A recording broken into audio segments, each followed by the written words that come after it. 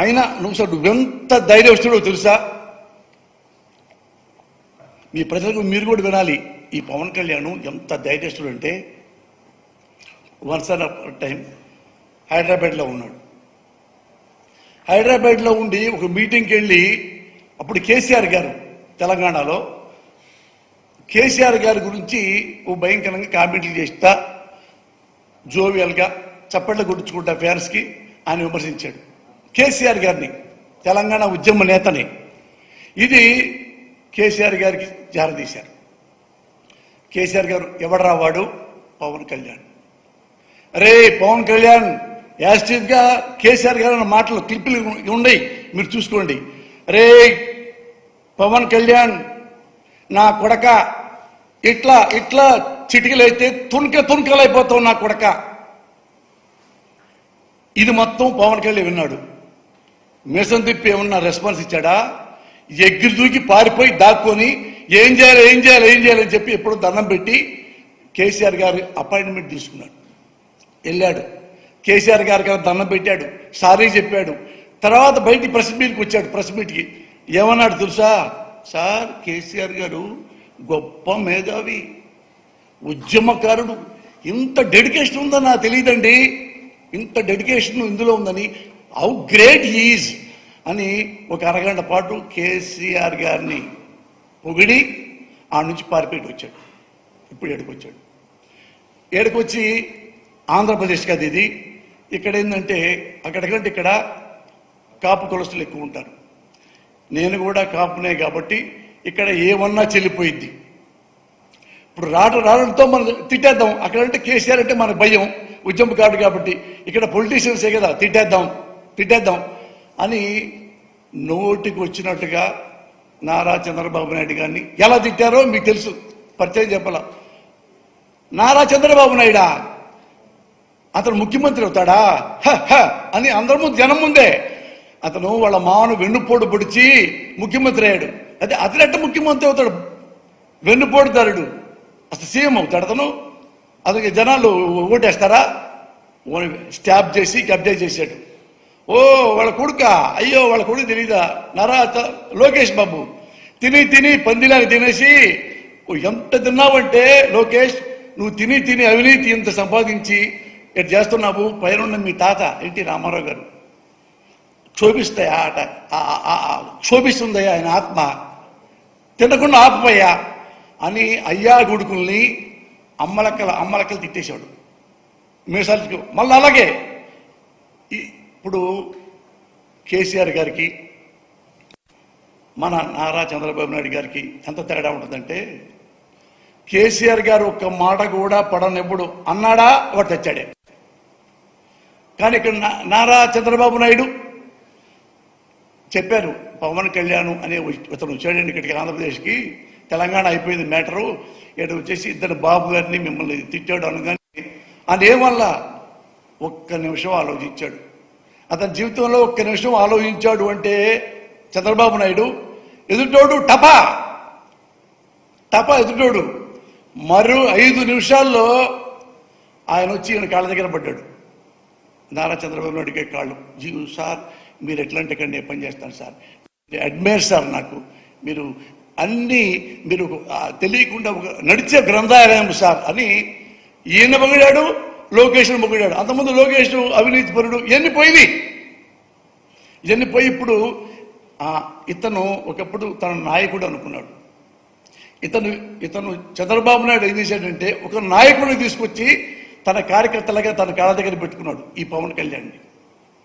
ఇతను చూడండి కార్యకర్తే, ఈయన మాట్లాడేది ఆయనలో లీడర్ క్వాలిటీస్ లేకుండా చేశాడు, రెక్కలు ఎర్రగొట్టాడు మన నారా చంద్రబాబు నాయుడు గారు. అందుకని కార్యకర్తలాగా అందరినీ తిడుతుంటాడు పవన్ కళ్యాణ్. సేమ్ అందరూ కూడా ఒక కార్యకర్తను తిట్టినట్టుగా ఇతను తిడతా ఉంటారు. అలా కార్యకర్తలాగా దగ్గర పెట్టుకొని, సార్ ఏం కావాలి సార్ నా గురించి? కాపు ఓట్లండి మనకు కావాలి, నువ్వేం చేస్తావో నాకు తెలియదు. అరే సార్ మా కాపుల్ని పడేటంతసేపు సార్ ఇంత ప్యాకేజీ మాట్లాడుకున్నాడు. ముందు రౌండ్లోనేమో మనమంతా కాపులం ఇదిగా ఉండాలి, నన్ను ఓట్లన్నీ వేస్తే నేను సీఎం కూడా అవుతాను, పాపం వాళ్ళ అమాయకులు కాపు యూత్ కుర్రోళ్ళందరూ విజిల్స్ చప్పట్లు. రెండోసారి మళ్ళా తిరిగాడు, ఇదే చెప్పాడు, మనంతా యూనిటీగా ఉండి మన ఓట్లను యూనిటీగా ఉండి మళ్ళా ఇతను సేమ్ అవుతున్నాడు కానీ సంతోషపడిపోయారు. మళ్ళీ థర్డ్ టైం వచ్చి మనమంతా ఒకటైపోయి మన ఓట్లన్నీ గుత్తంగా మన జన కాదు నారా చంద్రబాబు నాయుడుకి వేయాలి మనం. అదేంటి సార్ మీరు జనసేన పార్టీ పెట్టారు, మీరు సీఎం అవుతారని చెప్పి లాస్ట్ రౌండ్లో చెప్పారు కదా. ఏమయ్యా, నా సీఎం అయ్యేంత సీన్ నాకు లేదు. ఆయన విజన్ ఉన్న మనిషి నారా చంద్రబాబు నాయుడు. చూడండి ఈ పవన్ కళ్యాణ్ యొక్క మెంటాలిటీ ఏంటో చూడండి. అంతకుముందేమో ఇతన చంద్రబాబు నాయుడా ఇట్టనుకొని తలకాయ ఇట్టనుకొని వెన్నుపోటు మామూలు వెన్నుపోటు పొడిచి దొంగదారిలో సీఎం పెడతారు, సీఎం అవుతాడా? ఆ మేకప్ తీసి పరేశాడు. ఇప్పుడు వేరే కొత్త మేకప్ వేసుకున్నాడు. ఇప్పుడు విజన్ ఉంది, 40 వరకు విజన్ ఉన్న గొప్ప మనిషి.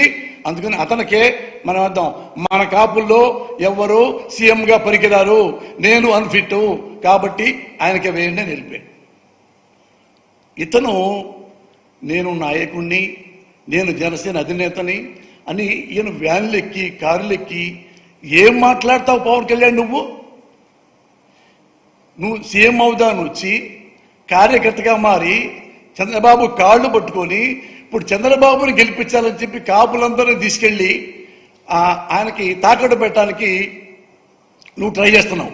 అసలు ఆల్రెడీ పాపం ఆంధ్రప్రదేశ్లో ఉన్న కాపు జాతి చాలా వీళ్ల వల్ల ఆత్మగౌరవం పలగొట్టుకున్నారు, చాలా బాధపడ్డారు. ఎవరు? ఈ పవన్ కళ్యాణ్ అన్న చిరంజీవి. ఈ అన్నదమ్ముల పుణ్యం అని కాపుల్ని ఎంత దింపాలో అవమానం అంత దింపేశారు. దీనికంటే ముందు చూడండి, చిరంజీవి గారు ఆయన ప్రజారాజ్యం పార్టీ పెద్ద లెవెల్లో పెట్టేశాడు.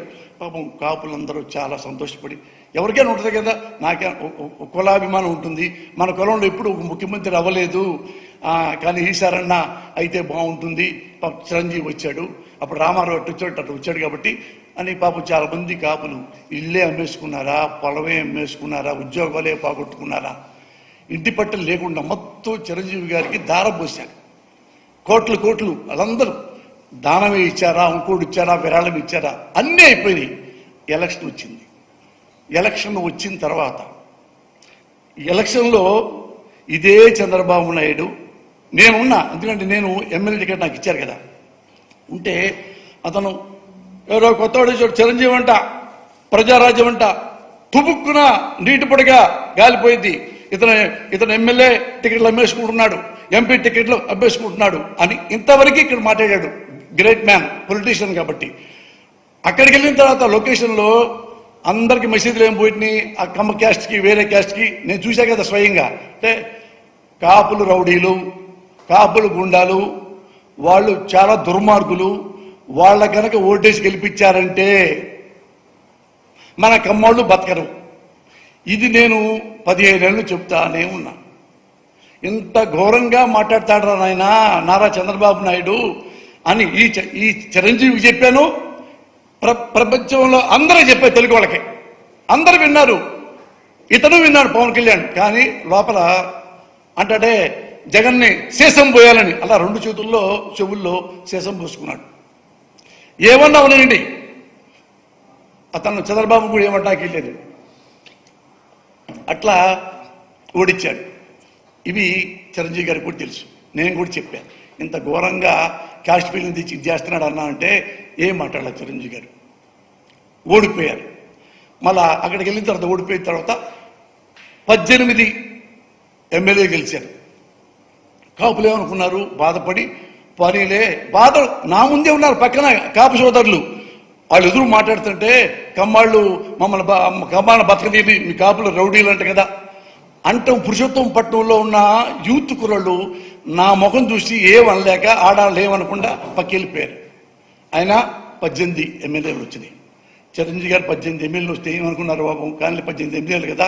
చిరంజీవి గారు అసెంబ్లీకి వెళ్ళి సమస్యలు బాగా ఇచ్చేస్తాడు, ఏమైనా ప్రాబ్లం ఉన్నా ఆంధ్రప్రదేశ్లో వెలుగెత్తి చూపిస్తాడు స్పీకర్ గారికి, అసెంబ్లీకి అనుకున్నారు అందరూ.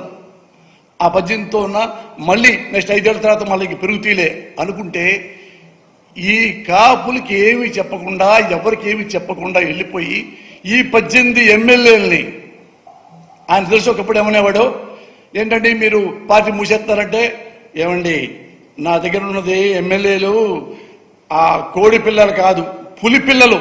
చిరంజీవి గారు అన్నమాట, మీరు చూసుకోండి ఎక్కడన్నా. ఈయన ఆ పులి పిల్లలు తీసుకెళ్లి వెంటనే కాంగ్రెస్లో అమ్మేసుకున్నాడు. ఈ పార్టీ ఉంది కదా, పార్టీని కూడా కాంగ్రెస్లో కలిపేశాడు, అమ్మేసుకున్నాడు. ఈ 2 ఎమ్మెల్యేలని అమ్ముకున్నందుకు కానీ, పార్టీని మెర్జ్ చేసినందుకు కానీ ఈయనకి ఒక రాజ్యసభ కాకుండా ఢిల్లీలో కేంద్ర మంత్రి, ఇవి ఆయన పార్టీ పెట్టి సాధించుకున్నవి. మీరే క్వశ్చన్ చేసుకోండి, మీకు ఆన్సర్ వస్తుంది. కాపుల మనోభావాలు కూడా పట్టించుకోకుండా ఎంత వాళ్ళు ఏడ్చుంటారు. ఒరే మనవడు ముఖ్యమంత్రి అవుతాడంటే ఎమ్మెల్యేలు కూడా అమ్మేసుకొని కాంగ్రెస్లో చేరిపోయాడు, అలా పార్టీ పెట్టిన దేనికని ఎంతమంది బాధపడి, ఎన్ని పొలాలు పోయినాయి, ఆస్తులు పోయినాయి, ఇళ్ళు పోయినాయి, డబ్బులు పోయినాయి, చివరికి ఆత్మగౌరవం కూడా పోగొట్టుకున్నారు. అలాంటి కాపు సోదరుల్ని మళ్ళీ మోసం చేయడానికి ఇదిగో ఈ పవన్ కళ్యాణ్ వచ్చాడు.